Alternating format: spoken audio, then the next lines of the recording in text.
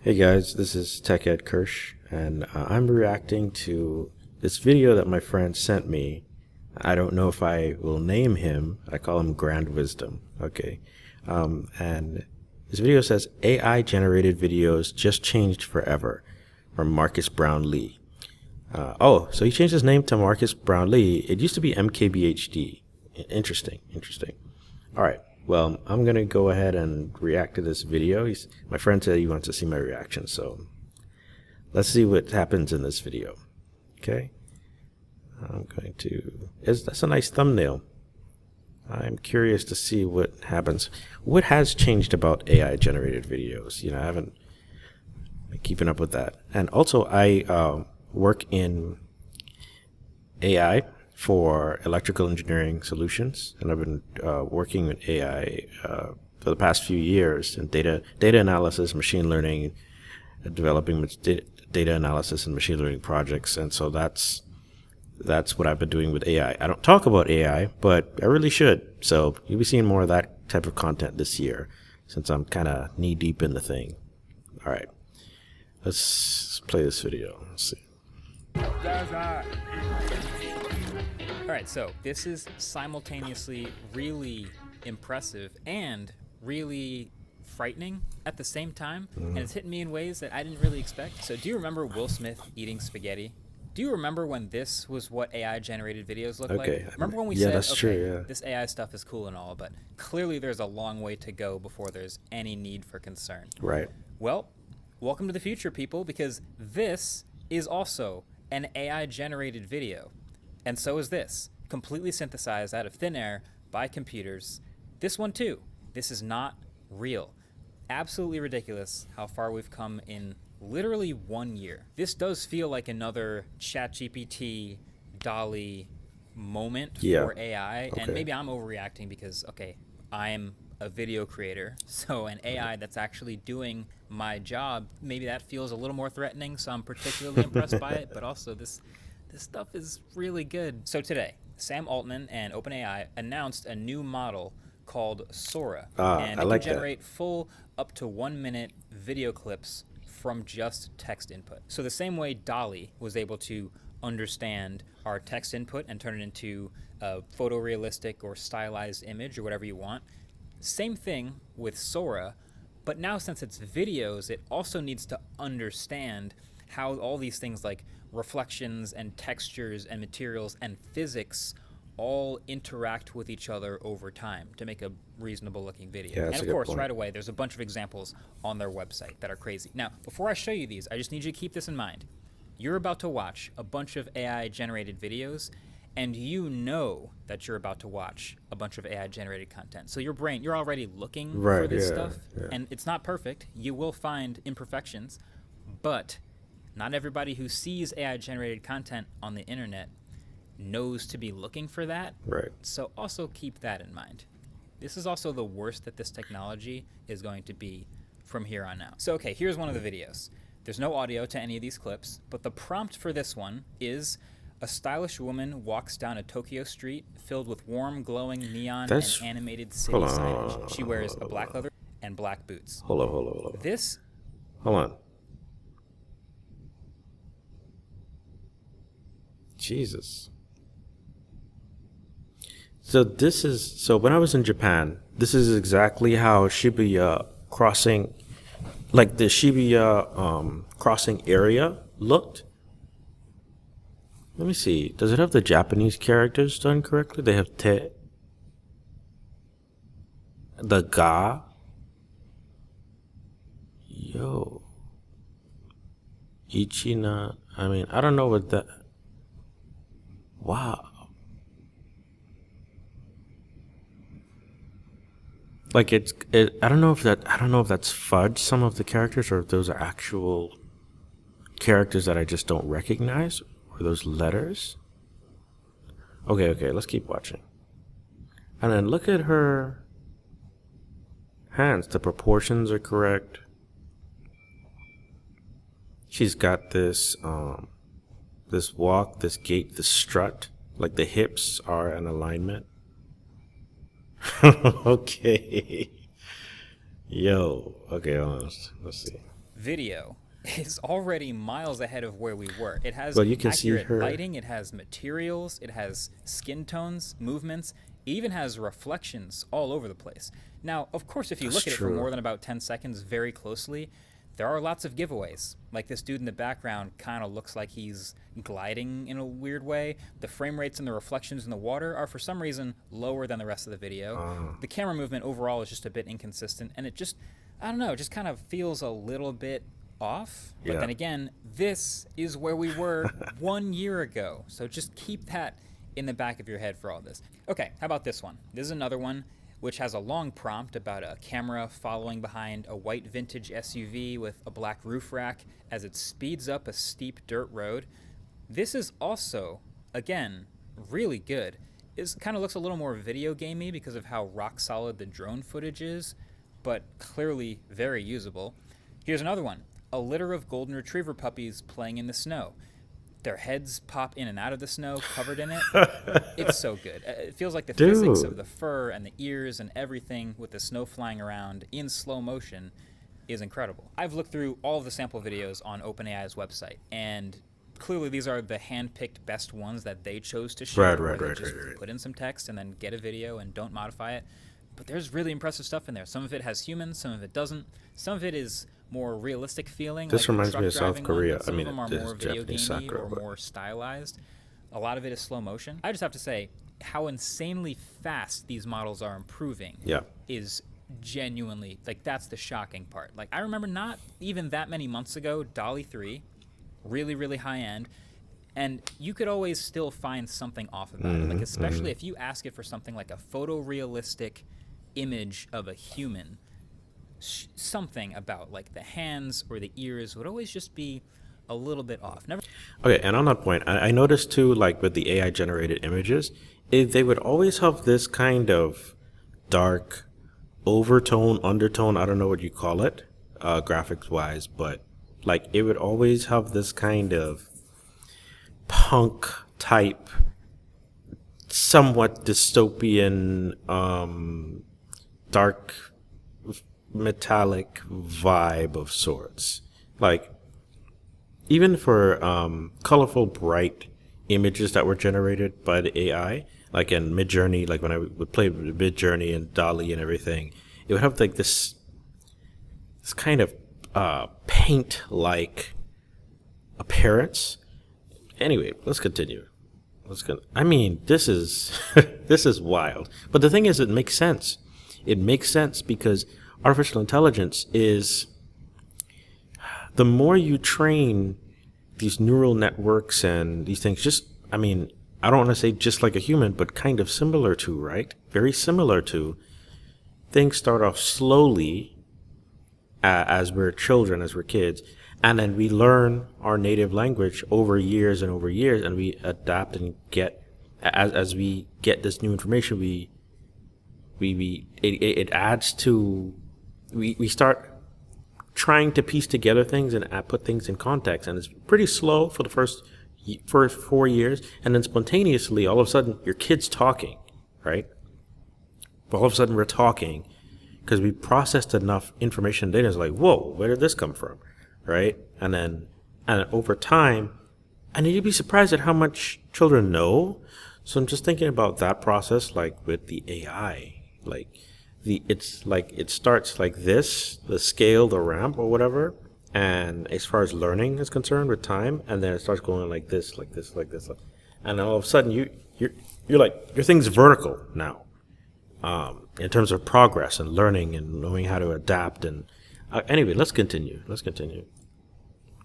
Never mind the physics. But even this video here is crazy at first Wow. glance. The prompt for this AI Look generated at his video arm. is a young man in his 20s is sitting on a piece of a And the cloud in hair. the sky reading a book. This one feels like 90% of the way there for me. Like, it's beyond the uncanny valley of like Apple's personas, which are actually based on humans. This is a made-up person. I mean, his eyes are kind of weird, and the motion of the pages in the book are kind of odd. And yeah, obviously he's in a cloud, and that's a giveaway, but like the lighting and the shadows and the skin tones, and then all the realism of the textures on the shirt and the way the shirt and the pants move and the hair, they're all really impressive. And then for this one, they typed in a movie trailer featuring the adventurers of the 30-year-old spaceman wearing a red wool knitted motorcycle helmet, blue sky, salt desert, cinematic style, shot on 35mm film. And the close-ups of his face, the fabrics on the helmet, the film... The level of detail.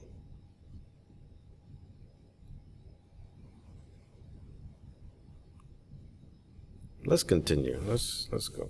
Grain through every shot and the cinematic style. This is one of the most convincing AI-generated videos I've ever seen. Minus maybe the weird physics of that dude walking kind of in fast motion. So Sam Altman, if you follow him on Twitter, he's going through a whole bunch more of like people's requests and posting a bunch more generated videos. And so if you want to check out his profile, you can see those. But here's the thing about these AI-generated videos now, as good as they've gotten to this point. They can and will pass as real videos to people who are not looking for AI-generated videos. Now, that is obviously insanely sketchy during an election year in the U.S. That is insanely sketchy. Great point. I love how he's making these points, how sketchy this is. This reminds me of the Jordan Peterson deepfake. So I saw Jordan Peterson, deepfake of Jordan Peterson. If you're not familiar with him, check him out or not. In any case, he's a professor and clinical psychologist who happens to teach as a professor. And there was this video of him. I've been watching I stumbled upon Jordan Peterson's material a couple of years ago, and he brings up good points, and they're compelling. And what I noticed is that, like, over a couple of years, you kind of get a feel for how somebody talks and everything. When I saw the video on LinkedIn of Jordan Peterson making various points, something about him seemed anxious and a little off, but it still seemed like Jordan Peterson. And here's the crazy thing. I knew it felt off, but I didn't think it was just not himself. I thought he doesn't sound like himself. Something seems off or different with him, but I didn't imagine, not until I saw in the comments, this is on LinkedIn, and someone says, "Oh, deepfake." And I'm like, what's deepfake? And then I looked up deepfake, and it's like, that's when an AI generated video. I mean, this is scary. This is scary stuff. Okay, this may not get monetized, but whatever. But this is scary stuff, because if that person didn't make that comment that it was a deepfake, I wouldn't have known. Like, I'd have just said, "Oh, Jordan Peterson seems off. He doesn't seem like himself. Something's weird." The cadence, the little tones, the intonations, it's like, that's not Jordan in his normal state. Something's weird. That's what I was thinking. So it goes to show how it goes to pattern recognition. It goes to show how pattern recognition, us as humans, we can detect these patterns. We have these neural networks, right? Which I'm sure was coined from our brains having neural networks. But it's very interesting how, if the pattern recognition and the data is close enough, if there's sufficient data and sufficient pattern recognition, that these mathematical matrices pretty much is what AI pretty much is, right? It's just a bunch of mathematical matrices that weigh different little aspects and take in a bunch of data. As the more data it gets, it makes these little shifts and weights, and then comes up with something that's like, okay, this is the best guess about what the output is supposed to be or should be. That's kind of what we do with our brains. Not kind of, exactly what we do. I don't want to make it scary. It's pattern recognition. So for people, the point I'm trying to make is that for people who are not familiar or not looking for AI or deepfake, this is scary. If I didn't know this was AI, I don't think I'd have been able to tell. That looks like a prop set up in the cloud. The guy who was in the cloud, it looks like he was set up like this right here. I would think that was an ad. Anyway, let's continue. US and also terrifying for a bunch of other internet pass as real videos to people who are not looking for AI generated videos. Now that is obviously insanely sketchy during an election year in the US and also terrifying for a bunch of other internet related reasons, but it's also perfect for stock footage. Like there are already all kinds of presentations and advertisements and then PowerPoints that are in need of oddly specific stock videos. Yes. And these AI generated videos are already good enough to 100% pass for that purpose. Yes, that's a great idea. Okay, so a big problem I have, like especially with a recent video, my signal integrity video, I was looking for stock footage. And I managed to find what I needed, and for free, but it took some looking around. And then you have to deal with, what if you can't find exactly what you want and you have to pay for it, and which is fine, But sometimes if I want to make a quick video and not do this whole super production set, and I want a very specific thing and I can't find it, it's like, well, I need to toss that idea and put in a placeholder or something equivalent or whatever. This is a great idea. Yeah, as a video creator, this is wow. That's a good point. I'm using this. Like, look at this one. This one with the waves at Big Sur, this drone shot. Honestly, if I saw this on Twitter, I wouldn't even think twice. I'd be like, oh, nice drone shot, dude. Wouldn't even think about AI if I wasn't pixel peeping at like the way the water was moving. Like this is a totally usable video in an ad for some California product. And that right there.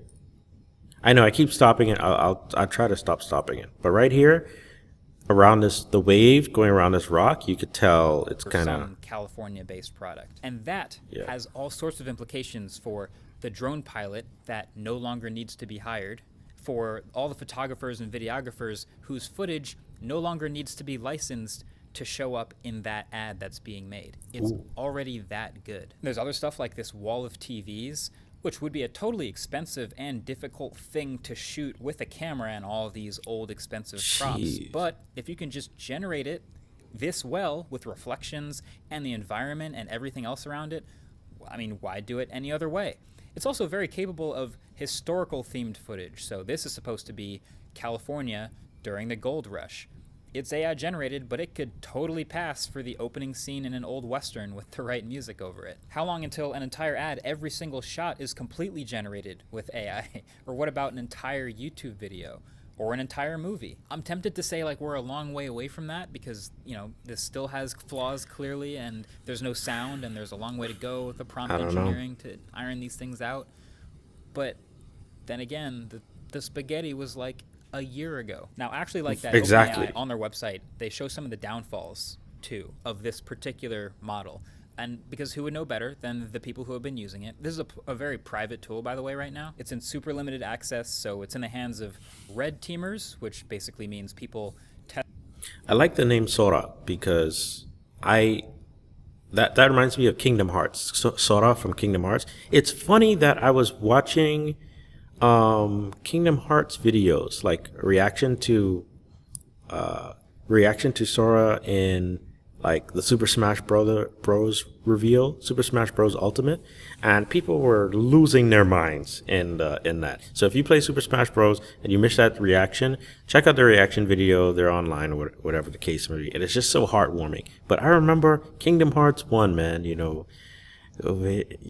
if you walk away, oh my gosh, or the Taro Hikaru, like, oh my goodness. So then I started using Sora in a lot of my things, and it's Japanese. Sora is Japanese for sky, and it's just awesome. Like, I love that they call it that. Yeah, this little thing there. That's awesome. Sora is becoming available to red teamers to assess critical areas for harms or risks. Okay.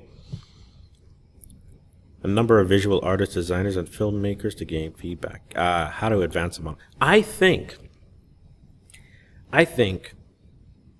it's only going to get faster from here. Like the electronics and everything, the Moore's Law situation. Like, I don't remember what Moore's Law says, but it's like we're going to double the amount of like capacity that chips can do, or it's going to reduce in size by half every however many years or something like that. This is what's happening with AI. I think this is what's happening. I would predict that the models will be significantly, they will be a lot better on the fine-tuned aspects in 6 months. I think in the next 12 months, it's going to be absolutely insane.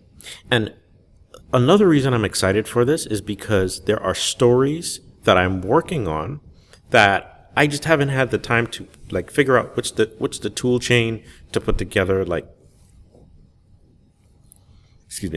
to put together the text to go from text to images to video. Yo. Anyway, once you see what I have planned in store, I think it's gonna blow your mind. But let's watch this video. Testing it, pushing the limits, trying to break it, and a few trusted creators. But they have found plenty of weird edge stuff. Like this clip here of a bunch of gray wolf pups. Looks normal at first, but then it's pretty clear that something's kind of off with the way they're just kind of appearing out of nowhere in the and middle, walking through each other. Yeah, that's kind of weird.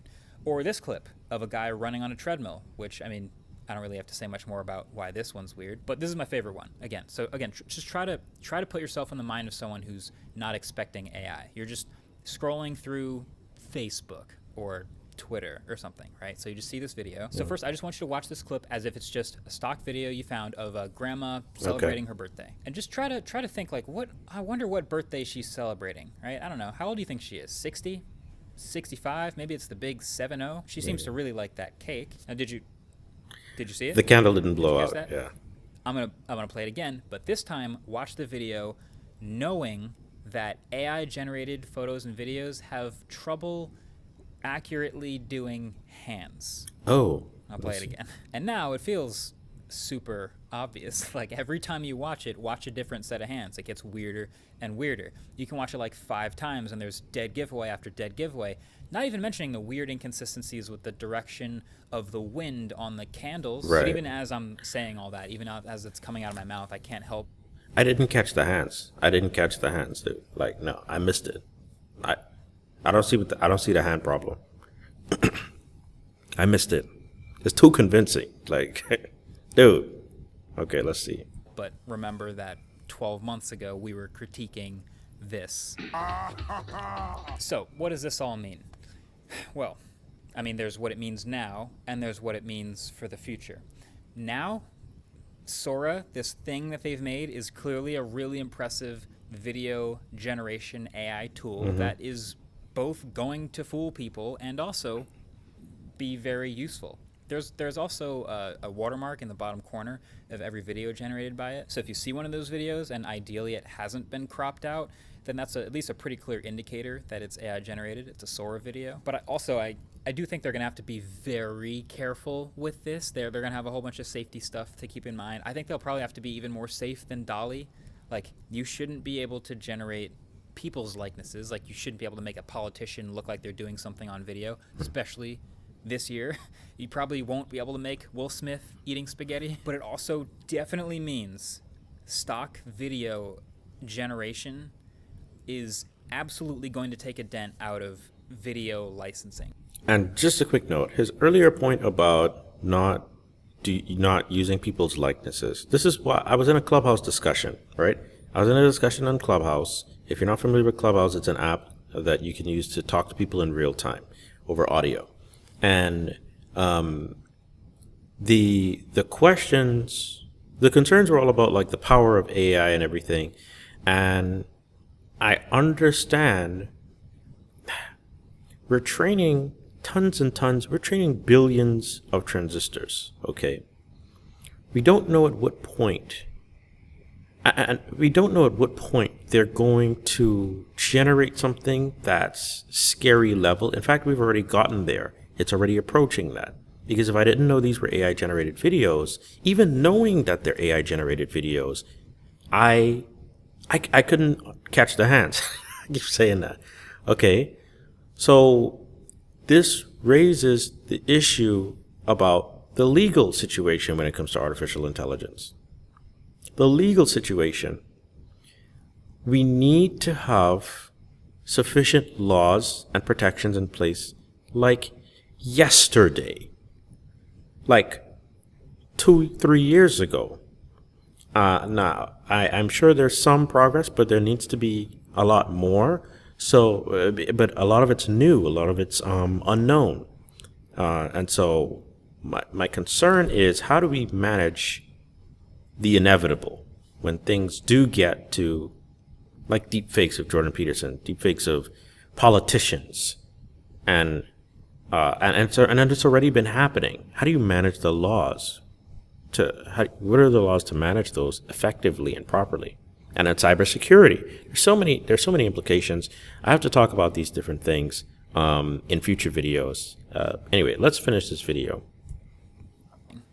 Like, I can basically guarantee that. Like, logistically, why would anyone making something pay for footage of a house in the cliffs when they can generate one for free or for a small subscription price? Like, that is the real scary part of what this tool implies. But in the future, it gets pretty existential, man. I mean, okay, if this is trained on all videos that have ever been made by humans, then surely it can't be innovative or creative in ways that humans haven't already been, right? I don't know. Either way, I'll have all the links below for all the Sora stuff, for OpenAI stuff, and I guess I'll talk to you next year when we look back and go, remember that first version of Sora and how bad those wolf pups looked when they spawned out of nowhere? Yeah. Just remember, this is the worst that this technology is going to be from here on out. Thanks for watching. Catch you in the next one. Peace. Good video. I like that. Yeah, good video. If you don't know about MKBHD, living under a rock, all right? Check out his channel. Amazing guy. I started following him back, I think in 2008, 2010, I want to say, when my friend mentioned that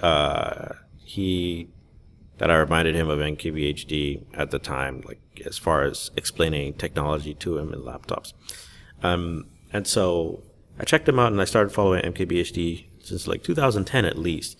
And I really like how a lot of people like how he communicates his stuff and the technology. And he's got like 18 million subscribers and whatnot. So check him out. There's also like Linus Tech and whatnot, but I really like MKBHD's like pretty chill style. And in any case, here's the thing. When it comes to artificial intelligence, that's a great video. When it comes to artificial intelligence, the more data you give it, it's just the better it gets. The more data you give it, the better it gets. And his last point about the AI being able to come up with its own creative ideas and whatnot, it's not dissimilar. It's not all that different from how fundamentally how we as humans come up with our own creative concepts. That's a little different. That changes a bit from the status quo. The thing with this is, the thing like with any person, you can say, oh, come up with some idea that has a little bit of, dystopian feel or vibe to it, or that has this weight or this flavor or this spice or this little add-on, and then you go and you do your research and then you learn and you put all this information into your brain, your neural networks, and then you generate something, and then creativity spawns from your mind and from experiences and people's recommendations and whatnot. These are I's, i.e. intelligences. When humans collaborate, we are intelligences that create and come up with these creative thoughts and ideas. Now, here's the thing. The additional aspect of this is we have what we call consciousness and observing ego. So what's really awesome is that we are able to fundamentally observe our own thoughts, the thoughts that we're having in real time. We can observe them in real time. AI, as far as I can tell, they're just mathematical models. It's just a series of numbers and values and variables that crunch some data and spit something out that seems close enough to the data it's been trained on. And the data it's been trained on comes from what we've generated from our consciousness, I'll call it super intelligence, as far as compared to the artificial intelligence, compared to the AI, or our intelligence.